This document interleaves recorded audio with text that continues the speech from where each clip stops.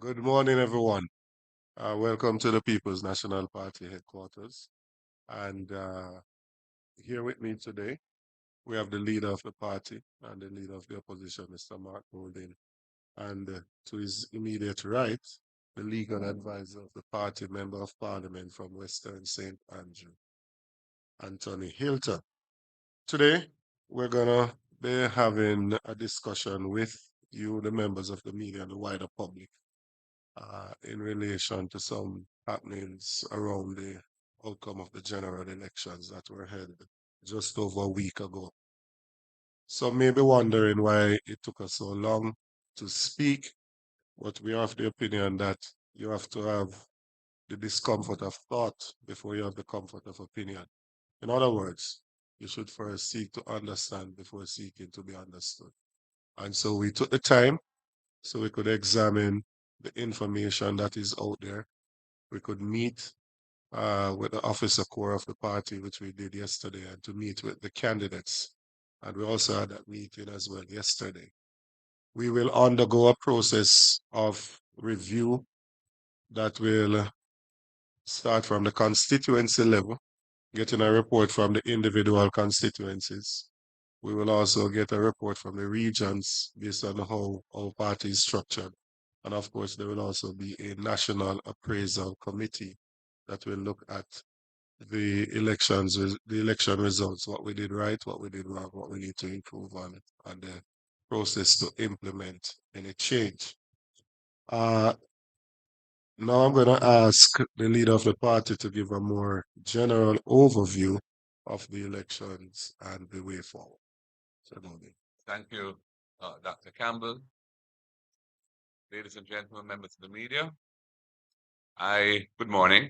I wish to thank all who supported our election campaign, all of our 63 candidates and their campaign teams, our party workers, our supporters who came out and voted for our candidates, our bloggers, our donors and contributors, our election day workers, our police, military.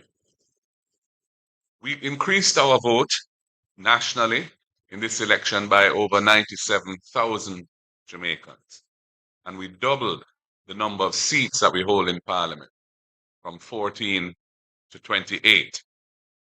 Our team in Parliament is strong, and we will be a formidable force in the Parliament of the land to hold the government to account and to defend the rights and interests of the Jamaican people. I am happy to announce that all our MPs elect, except for one who is traveling abroad, have signed a letter to the Governor General confirming their support for me to be appointed leader of the opposition. Since the election, our party has been active. A meeting of the officers of the party was held yesterday to discuss the way forward and internal issues that we need to chart a time frame for related to things like our various internal conferences, annual conference, and so on. This was followed by another gathering of our candidates and the national campaign team to thank everyone for their efforts and to have initial dialogue around the conduct of the elections in each constituency. Written reports from each constituency team will be required, and further evaluations are to follow.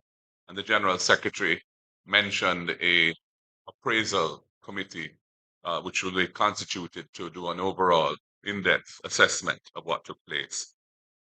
And our executive committee of the party will recommence its meetings on Monday coming. I now want to address the widespread concerns that have been expressed in the public domain about the conduct of the general election last week, Wednesday, the 3rd of September, 2025. As a responsible political movement that is committed to nation building and national development, it was important that we should await having reliable information before speaking to these issues, rather than proceeding on raw emotion and hearsay. Having waited for the final count to establish the official results in each constituency, including ascertaining the number of spoiled or rejected ballots and how these were apportioned between the two parties. The advice that we have received from our lawyers who attended the final counts is that a magisterial recount is unlikely to change the outcome in any of the seats. In the case of West Central St. Andrew, however, the nature of the irregularities which took place there is being carefully scrutinized in anticipation of a case being brought to the constituted authority for appropriate relief. I won't be able to answer more questions on that today. That matter is with our lawyers. While we don't have sufficient evidence to mount a legal challenge against the outcome of the elections, we are nonetheless deeply concerned at the extensive and I would say vulgar use of state resources to impact the outcome of the election over the campaign period. Specifically, the massive political advertising paid for by ministries, departments, and agencies of government during and up to election day at the cost of taxpayers to benefit the incumbent JLP administration is problematic. And we are going to have to, as a nation, look at the way in which public resources are used in support of political achievements in the election period.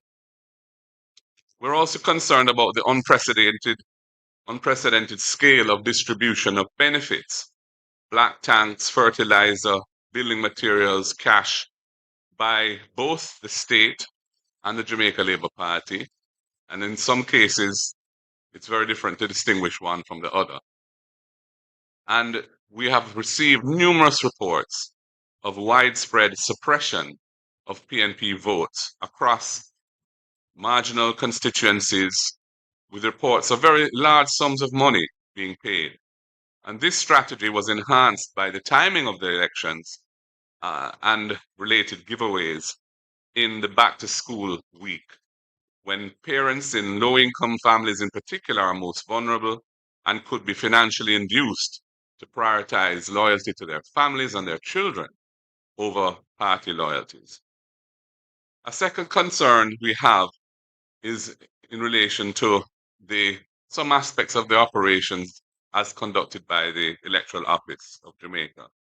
We think there should be an independent inquiry into the operation of the 2025 general election, and it should be urgently undertaken with changes implemented for future elections, because we need to improve the processes. In particular, the process that results in hours-long waits at many polling stations by voters who turn out to vote, frustrating electors and causing many to leave without voting. And this factor is exacerbated by the law, which only gives 3 hours as a window to employees to be away from their workplace during working hours for voting, which is clearly inadequate in Jamaica's modern realities when you consider the time for transportation to get to a polling station from the workplace, depending on where the person works and where they vote, and the lengthy delays in the lines in some polling stations. We also need to look at the use of finger inking. That was originally implemented to prevent multiple voting, but it currently facilitates voter suppression as persons are being induced financially to dip their finger in ink prior to the vote and then being paid not to vote. And we have several reports of this being done. We're also concerned about the black book, and we believe that the polling that is used in polling stations, it must be made available during the polling process for viewing by indoor agents and not left entirely to the presiding officer to identify voters who present themselves without IDs. Because if the presiding officer is operating in a way that is not satisfactory from an independent, impartial point of view, there needs to be the ability of the indoor agents on either side to scrutinize what is going on there. And the integrity of the voters list needs to be re-verified. through a comprehensive re-verification of voters to clean it of dead voters in particular and other voters who don't have a place of residence in the constituency where they vote. We will be sending teams into those constituencies which were most affected by these issues to conduct a field survey. This survey will empower Jamaicans who experienced or witnessed these issues to share their experiences with us. Many persons are deeply upset by what took place, and this process will allow them to get some closure.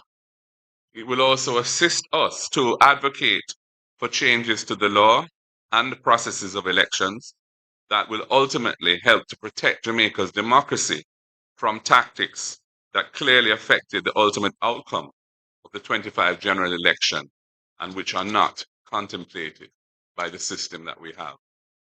I will now hand over to our legal advisor. Thank you. Well, thank you. Thank you, party leader. As you said at the beginning, and the General Secretary has commented, we are at this time not intending to have any magisterial recounts. Other processes that are available, legal processes that are available, are being looked at based on the evidence that will come forward. I will just echo the point that you make about a review of the management of the election by the EOJ. I think after almost 30 years of a system that was robust at the beginning, I think there is no concern that gaps are opening up and they need to be examined. And we will be doing so by the processes that you have outlined in the various constituencies and regions as well. So the other point really is the legislative and regulatory improvements that may well result from all of this, which is to ensure that the use of state resources prior to and during elections are much better managed. And I think there are clearly loopholes there, and we need to fill those gaps through the legislation and or regulation. And I believe that the point was well made by the abuse that we saw during this election. Those are the points I will add at this time. Thank you, MP Hilton. No, so in relation to I know one of the media houses carried an article saying that we were going for a magisterial recount in 2 constituencies. I'm not sure where they got that report from because we did not give that information to the media.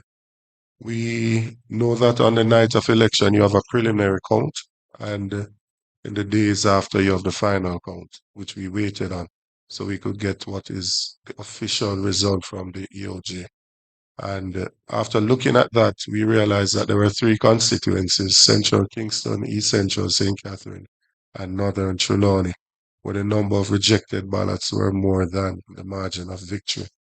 However, when we consulted with the teams that were present for the final count, we were reliably advised by them that of the rejected ballots, they are split roughly evenly between the 2 main political parties, and therefore you would not get any material change in the result in the constituencies. And as a result of that, we took a decision not to pursue any magisterial recount. So that is the official position of the People's National Party. We do have some other concerns of acts of intimidation, aggression, and vandalism that would have taken place since the elections have been concluded, and specifically in South St. James, the Anchovy Division, persons have been making threats about removing the water pumps, and I think they even made reference to using dynamite and other things like that to destroy the infrastructure. We've seen videos as well and heard voice notes of persons in Eastern Portland that would have made comments that resources would be limited to the newly elected Member of Parliament, Isaac Buchanan. We have seen as well in Southeast St. Mary, where there's been vandalism of a community center and the removal of certain infrastructure in that area. And probably the most concerning of them all is in South Trelawney, where a team from the Labour Party, led by persons in leadership, went to the house, the accommodation of our candidate, Paul Patmore, to threaten him. We believe that these things are intended to intimidate and weaken the democratic process within the country. And we are calling on the members of the Labour Party, the leadership, to rein in their supporters and for them to understand that we do believe in a democratic process and we have to accept the outcome. Similarly to how we have accepted the result at the national level, it can't be that they accept it at the national level, but at the constituency level, they are reluctant to accept that Isaac Buchanan did defeat Anne-Marie Vaz in a free and fair election that took place in East Portland, and that as the duly elected representative, he should be accorded with all the respect and the authority that should be conveyed on such a office. We also want to encourage our candidates across the length and breadth of the country to remove the paraphernalia that was put up during the time of campaigning. And some of our candidates will not have much to do because their opponents already removed them before the elections. But for those that still have up some material, we're going to ask them, use this opportunity to ask them to remove those paraphernalia from the different constituencies. And I know that the municipal corporations will be playing a role in ensuring that we can return to normalcy. The matter surrounding West Central St. Andrew is a matter, as was said by the leader of the party, that the legal team that has been engaged by our candidate is putting together their documents, and for further information on that, they will speak at a later date. And so we'll leave it at that, and I will now open the floor to get any questions that may exist.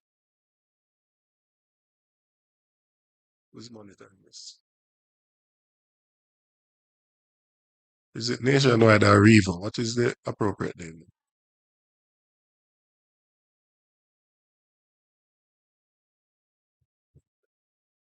Siobhan Campbell, still Nationwide News.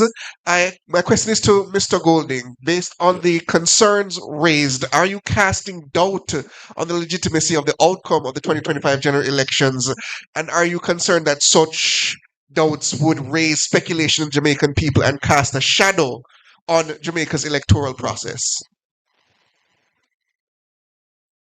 I'm concerned about the widespread reports that we have received of voter suppression strategies that were employed, in particular to dissuade our supporters and in some instances our workers from voting, and in the case of workers from turning up in some instances for the elections. I'm not seeking to in any way suggest that we are not accepting that the government that has been elected will be duly constituted. I don't want to go down that road. I don't think that's a wise road for Jamaica. But I also think it's important that we don't sweep things under the carpet, which have become and which were in this election a significant factor at play. And the use of financial resources to suppress votes, based on what we have heard, these are now indirect reports. That's why we're going to go through a process of going into the field to hear from people directly what they experienced and what they saw. But based on the reports that we've received, this is a matter which really needs to be confronted by Jamaica's democracy, and certainly by our party going forward as to how we can try to respond to these types of tactics, which have become a central part of how our opponent operates in trying to secure power for themselves. Let me just comment a little more on what the party just said, which is that in Guyana, recently there was a general election in Guyana on September 1. I think we're all aware of that. Coming out of that election, the EU delegation, the European Union delegation, has issued a report. And when I read the report, a lot of what they commented on and expressed concern about were actually at play, certainly complained of widely in the Jamaican situation. And that tells you that the question of the democratic process being legitimized is also a question of the various activities and the concerns and the issues that are raised that will affect the quality of the democracy. And I think that's a lot of the concerns that are being raised here and need to be pursued is around not just the specific legal aspects, but about some of the concerns and gaps that may have opened up in our electoral system that needs to be addressed. Morning, Desmond Richards here, Rebel Radio. Mr. President, have you identified reasons why the party lost? And secondly, what are your concerns about the low voter turnout? And I would like to hear if the party has plans to encourage voters to hold their votes. I would say that there's something perplexing about the voter turnout statistics, based on the fact that during the campaign, right through to the end of the campaign, the energy and enthusiasm on the ground was palpable, significant, and suggested that there would have been a stronger turnout. As indeed, the polls, right up to the last poll, which was published on the Sunday before the election, indicated that, based on the expressions of persons polled, they were expecting a significantly higher turnout. What happened on the day needs to be examined carefully. I think it was a combination of factors at play. I think that there were persons who didn't vote because the lines were long and slow, often in the hot sun, sometimes in the rain, and they got fed up and left. I think that the financial inducements of which I speak or have spoken were a major factor as well in dissuading some people from voting. In terms of why we didn't win the election, we lost it narrowly. If we had 4 more seats, we would form government today. And when we look at the seats that we have in mind, we lost all of those by less than 500 votes. And in all of those, some of the issues which I raised were prominent factors at play. So obviously, I don't want to prejudge what the appraisal committee will say based on their investigations.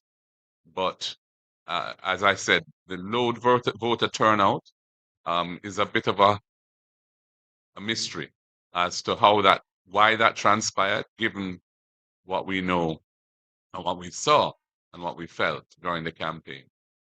I would say one other thing, which is that the voters list itself has not been cleansed comprehensively for over a decade. I can't even remember when the last proper re-verification. Early 2000. Early 2000. So it's probably 2 decades now since that was done. And given the nature of our population, how people move around, move to other parts of Jamaica to seek work, and that sort of thing, and the people who die, and there's no automatic removal of voters on there. The number on the voters list from which the percentage turnout is derived is a questionable number. And so the voter turnout statistic itself is necessarily understated. The degree of understatement is what we don't know. And if I may add to that, It- the People's National Party polled an additional 97,000 votes over the 2020 elections. The Jamaica Labour Party polled 5,000 more over that time. And as has been said, if you look at some of our areas, there was significant suppression that took place in some of our areas by person inducing individuals in there not to go to vote. And with the long lines that were present at the polling station, there is a question for the ECJ to answer. Because if we had a turnout of only 39% and we had such long lines with such delays, one shudder to think what would have happened if the turnout had been 50%. Because significant delays took place on the day. I was on the phone from early with the director trying to resolve some of the issues. And you did have persons in those lines that turned away. So we lost 4 constituencies by less than 500 votes. Each of those constituencies have over 100 polling stations. It's just 5 persons in each of those that got frustrated and left that would have made that difference. And so it is a significant thing. And I think we have to resolve how we do this thing. I was third in line at my polling station and didn't vote until I was there before 7. Didn't vote until about 10 minutes to 8 before I completed the exercise. That's just not acceptable in my opinion. So there was a decision that was taken that persons that showed up without ID should have been placed in a separate line and that you should have started the process from outside with an additional agent. That did not obtain in all constituencies. And so you had, in some cases, what appeared to be a deliberate attempt for persons to turn up without the IDs to deliberately slow down the process. And so there is a need for a proper review of the process and for us to ensure that the elections are indeed free and fair and that people can express their rights. And I'll just add that if you anticipated a larger turnout, which the poll suggested we may have had, then the planning, it seems to me, was inadequate. The planning by the EOJ must have been inadequate because in the event, only 39% or so turned up, and we had such voted, not turned up. Well, voted, Yeah. actually voted, and we had such problems. So and low turnout, vote turnout. So I think the planning has to be questioned, and perhaps an audit is appropriate at this time as well. Team are at CVM TV. We've seen at rallies there are crowds and a lot of support. Even with the big gains, how do you plan to keep the base energized after the back-to-back defeats, Mr. President, PNP President? Well, after a campaign ends, there's a process of reflection, there's a process of analysis, there's a process of reconnection with our base and our supporters. And there's also, I think, there are some reforms internally that we need to pursue as well to strengthen our overall organization. So the way in which we plan to handle the matter would be through a period of careful analysis of what took place and a recognition of where there are weaknesses that need to be strengthened and the deliberate pursuit of changes that will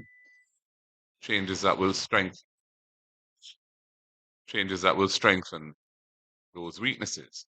So, one doesn't energize the base from the start of a 5-year term of government.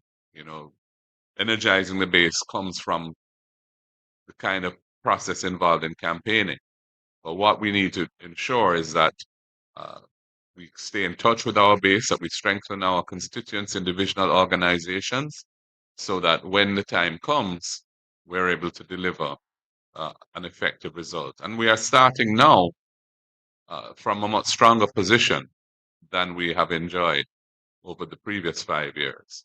With just 14 in Parliament before, it was much more difficult. Only 14 MPs out of 63 were PNP MPs. Only 14 out of 63 PNP MPs got state resources through the Constituency Development Fund to help to do the work that they have to do.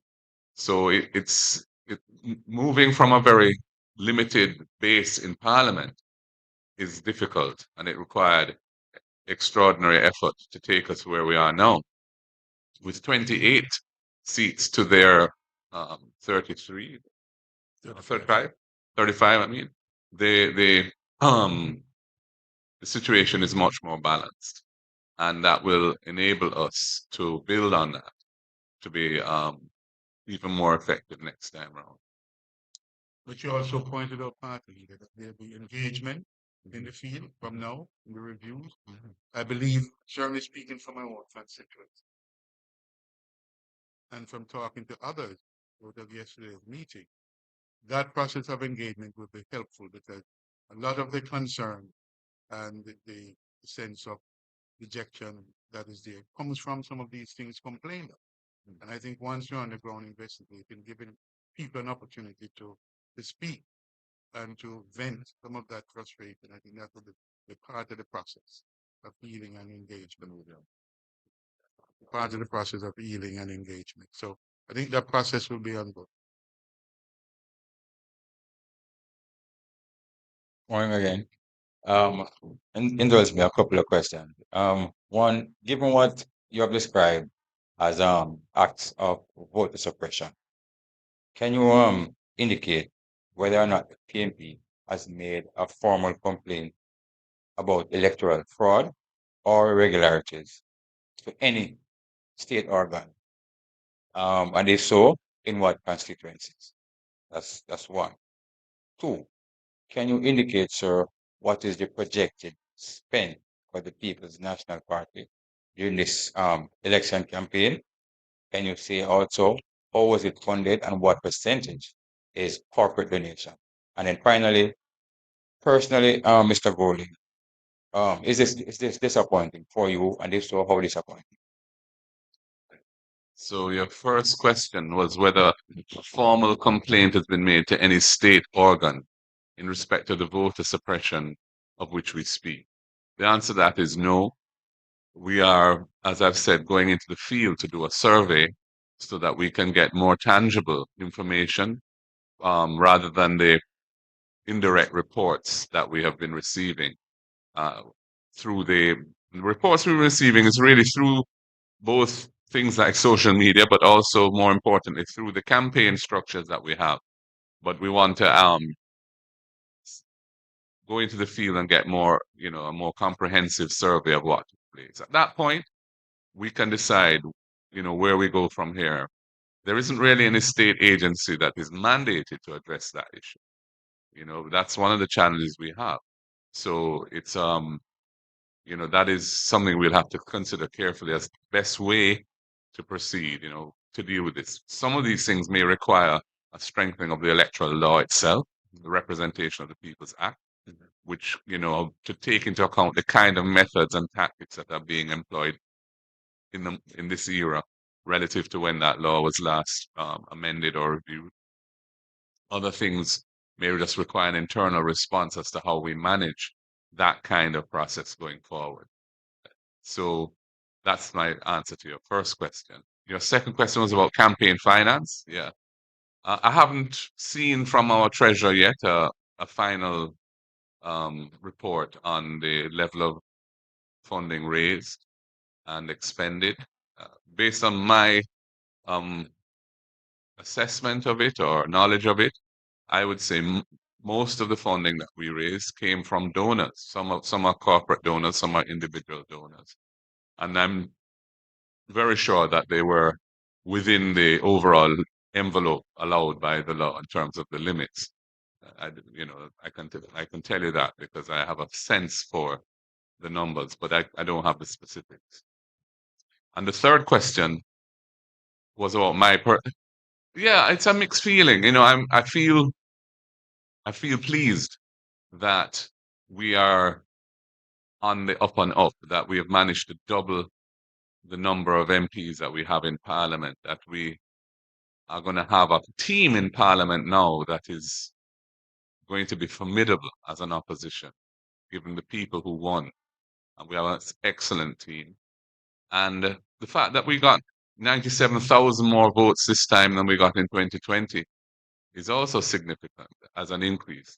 Our opponents got 5,000 more votes. So it was a definite improvement in our performance. Disappointment at the same time that we weren't able to deliver that final, 5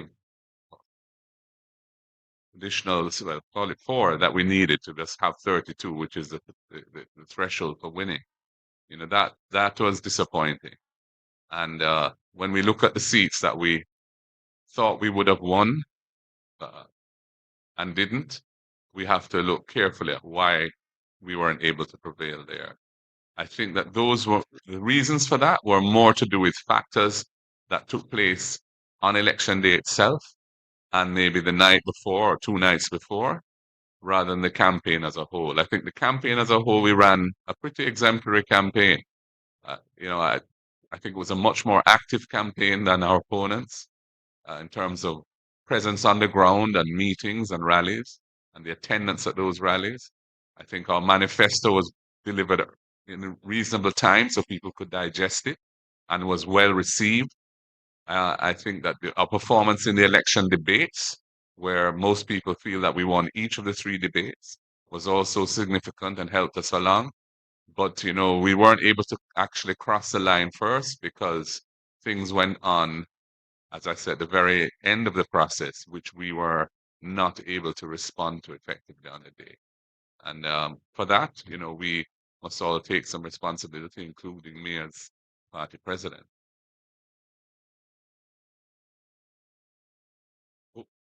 Is there somebody determining who speaks, right? Yeah.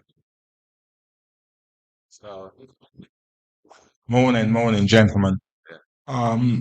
What positives can you take from the campaign? Excuse me. The Sorry. speakers, right? Yes. What positives can you take from the campaign? And what are your views generally about your team, the team you put together? Okay, it's a bit disappointing to lose, obviously, but when you reflect back, um, to say 5 years ago, from where you came from there to where you are now, what positives? And secondly, what plans do you have to bolster your treasury? You're definitely a political force in this country again, and maybe perhaps the treasury angle of it will get you over the line, maybe possibly next time. But you have to have an effective treasury if you're fighting a campaign in the 21st century. So what do you see going forward? How do you entice, say, the business community, other people to bolster that treasury campaign? Yeah. In terms of positives, I think that we now have a united party. We have a team that is working together and has worked together well throughout the campaign. I think that the organization as a whole is strong. That's not to say there aren't areas that need improvement. There are. But we did significant training, for example, of our workers over the last several months. And we were really building on the success in the local government elections of February 2024, where we won the popular vote quite handsomely there.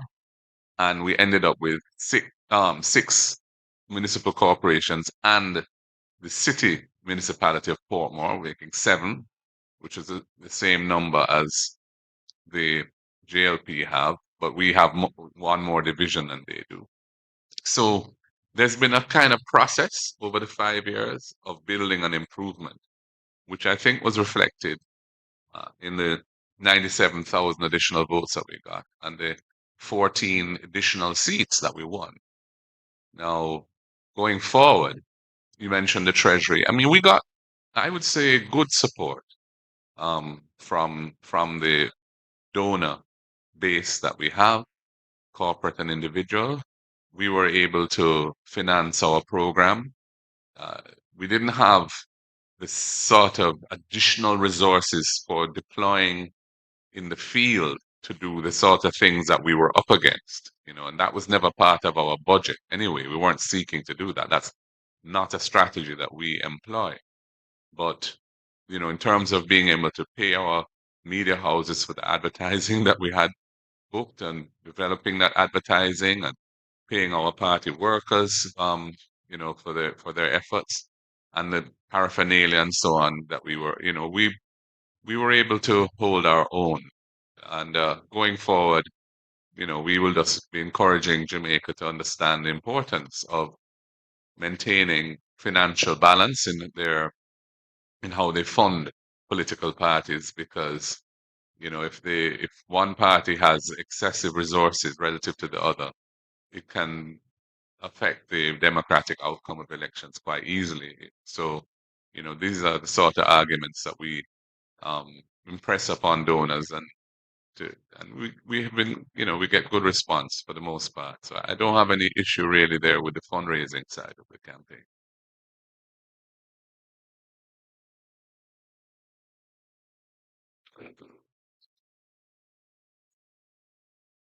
Yes. Good. All right. Greetings to all at the press table. President MG, this one is for you, sir. Who is this? I am Baba Tunde's Stargate Communications. Before I get into my questions, I would just like to start on a positive by saying there are some things that you initiated that changed the experience for the Rastafari community, especially with the ganja experience and all. Only more than if you do, but we must acknowledge when positive moves make. We acknowledge that. So we kick off the party. So the first question, seeing all of what we see now, maybe some 8-9 days after the election, was the People's National Party fully prepared? I have two more. I can know if I have a pause and answer or go with the other two and then. Yeah, I mean, the fact that we didn't ultimately win the election suggests that there are areas where our preparation could have been stronger. I think that what we have come to realize going through this experience is that some of the tactics that we have to manage are not normal orthodox in the book tactics, but are things that are being deployed quite effectively by our opponent, which we haven't yet, I think, mastered a methodology of responding to. So I think I would say what would you regard as the orthodox way in which campaigns are conducted and way political organization is done, we were ready. But in terms of specific seats, which those tactics were being deployed, our response to them was inadequate. All right. So in your preparation going forward, it's a little bit of small advice that you don't have to pay for. Art of war must be studied. Next question for you now, President MG. The positive way forward, and there are aspects of your manifesto that are tangible and excellent. What plans are in place? So not to wait till 2030, but to one, empower the people and implement where it can. Much appreciated for listening. You got those? Yeah, I mean, in response, I think that I need to actually say something about that. Our manifesto was our series of policy proposals and programs that we had intended to roll out during the first five-year term that we were in government. Those things require being in government to be rolled out. An opposition party gets no state resources to implement plans and programs. We get a modest stipend as MPs to run a constituency office, and that's it. And then there's a CDF, which is a modest sum, which hasn't been adjusted for inflation for many years now of 20 million a year, out of which 1.5 million pays an administrator. So it's 8.5 million to be spent in a constituency with residents typically exceeding 40,000 people. So, I don't want to pretend that the opposition will be in a position to roll out things like the First in Family Scholarship or build 50,000 housing units at an affordable price for people, or to implement rent to own to enable persons who are currently excluded from the mortgage market to become owners of their own home, or indeed a disability fund to help persons with disabilities with $1 billion in it, and those sort of things. Those are things we want to do with reform government.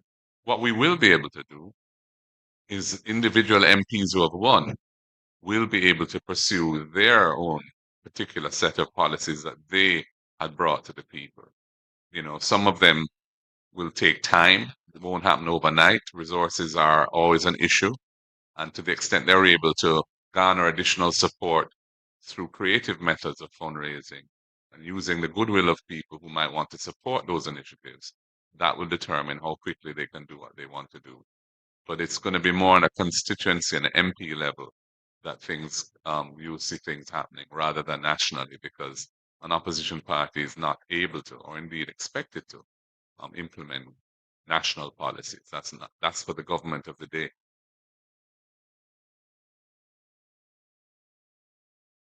Just two more, one for Anthony Hilton and one for you, Mr. Golding. Mr. Hilton, you put forward the suggestion comparing Jamaica's electoral process to that of Guyana, which has a history now of concerns about the process, whereas here in Jamaica, we had the OAS, CARICOM, as well as CAFE, all suggesting that the elections were free of harassment, free of intimidation, or any other irregularities, so far as going as to commending us in terms of our conduct here and to put forward Jamaica as a model that the Caribbean can follow. Isn't that a bit out of sorts in terms of that assessment by you in terms of irregularities? And to you, Mr. Golding, your predecessors have all offered their resignations to the wider party following an election loss. Will you not do the same, or will you simply take up your post as opposition leader going into the parliament? Let me. Well, you want to go first? No, I'll go And let second. me say, I think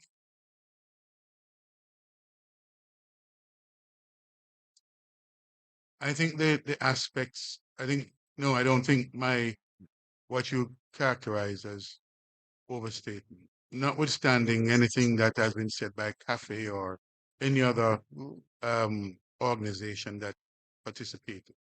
The EU focus, and I'd urge you, and I think you have read the EU report.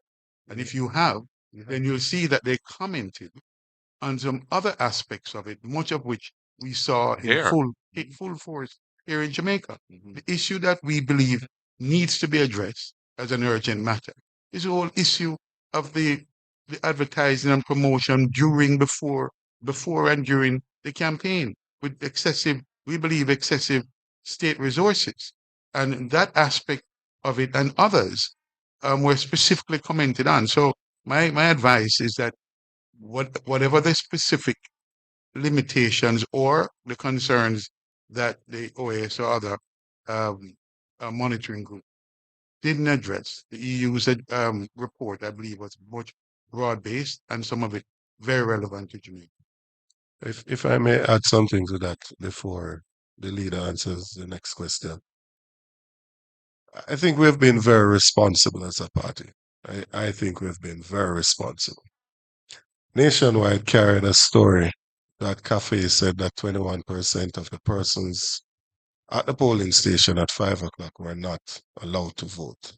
We could easily have created a stir with that to suggest that those persons would have voted for us and it would have changed the outcome of the elections. We didn't.